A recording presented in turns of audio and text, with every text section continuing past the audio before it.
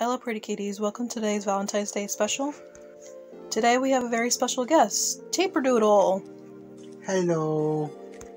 So today, instead of doing a storytime video, I thought we'd do a sort of Q&A kind of podcast video today. So to start, Tapir, why don't you introduce yourself?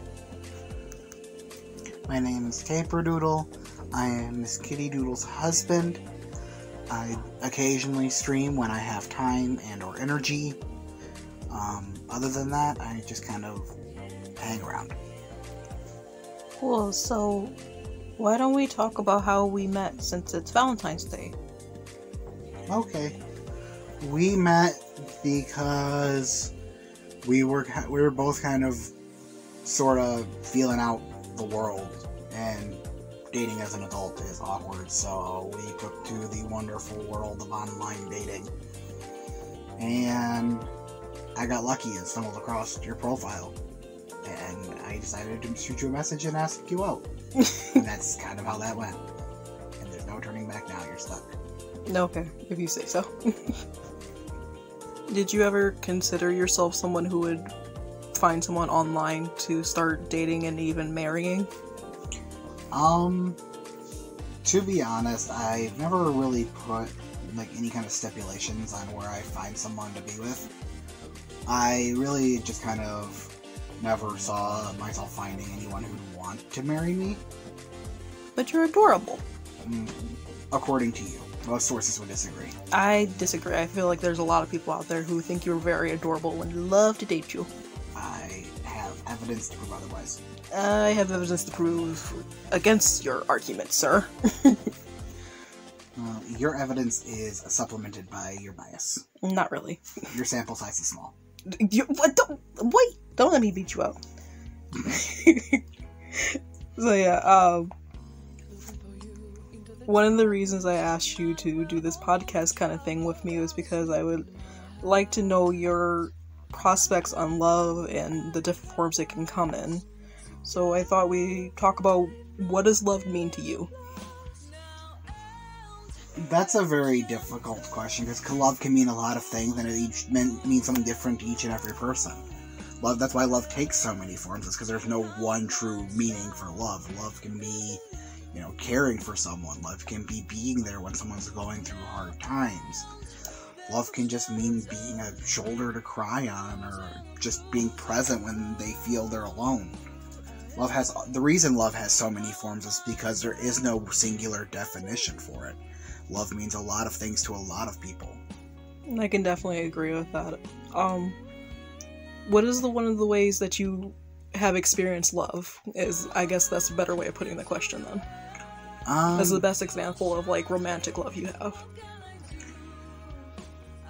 I honestly, as cheesy as it sounds, the time I feel most loved is when we sit there and we enjoy a day trying to cook together, even though I usually just get in the way, and then I get to eat a meal that you cooked for me.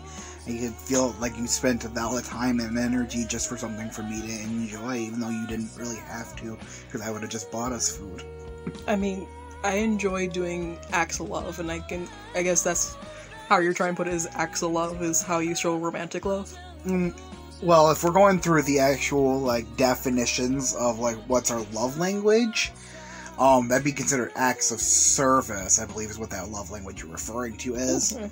But it's also, partially personal time, giving time to someone as well.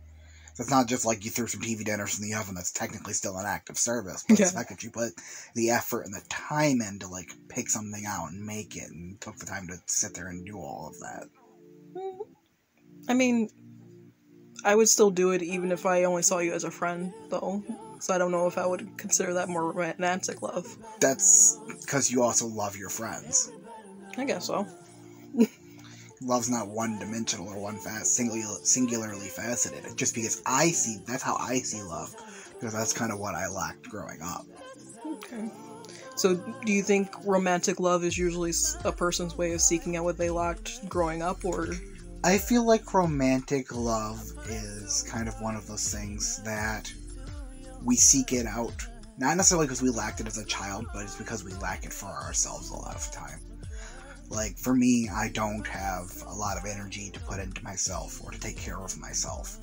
So that's why that's one of my love languages. I can understand that. Do you have any advice for a younger crowd trying to get in love and how they should express love to each other? I think that love is kind of one of the things you really can't get advice for. It's like I said before, each person experiences love differently, and where you find love can be different. Some people get lucky and run into love at, a coffee shop or a grocery store, or a random free dating website with some crazy girl with no profile picture. I had a profile picture. I was gonna delete it. It was a MySpace background at best. But it's one of those things where love is random because the universe is random and chaotic, and you just find that one piece of debris in the universe that's attracted to your piece of debris in the universe, and hope that you guys can come together and form something beautiful. I can appreciate that, but I think more of my question is, how do you express to a younger crowd how to be safe about it? Because not everyone, especially like our parents, they didn't really agree with that we met online to start dating. So I feel like safety is a big concern no matter how you meet someone, especially if you're getting intimate with them in any way. It's got to be one of those things where you communicate properly, make sure people know where you're going, make sure you know where you're going, and you have a way to get out of there safely. Never meet someone in private the first time unless you know for a fact that you can, expeditiously retreat. Make sure there's other people present, make sure you're not going to be, alone in a place where you have no exit route. I can definitely agree with that. But other than that, especially if you're... I haven't had to think about this a lot because I am a fairly large individual, so I've never had one of these situations where I was worried. Mm-hmm. But if you're smaller or, frail, or especially female nowadays, because, people target people, even though it's gender biased to say that. Just, make sure a friend knows where you're going. Make sure that you have their emergency number. They have your emergency number. They have the number of the local authorities. Yeah. And it's one of those things where you keep those things on hand in hopes that you never need them, but it's always better to prepare for the worst and hope for the best. Exactly. I definitely agree with that. I don't necessarily see that as a gender bias, because you can apply that to anyone in a certain situation, though. Okay, so just to kind of not make this video super long and crazy, but, is there anything you would change differently for our relationship before we met? Like, far as, like, how we met and stuff like that? Would there be anything you would wish you did differently or wish you did better? Or anything that you would rather didn't happen? I don't know. I kind of feel like every step along the journey leads to the end point of where we are now. And that's why us wanting to change things along the way. I kind of feel like changing those things would change who we are and where we are. And I feel like we're in the process of getting to a better place and the path we're currently on, so I wouldn't want to change anything and change that path, so to speak. I can agree with that. Well, thank you for doing this video with me, and I really appreciate you.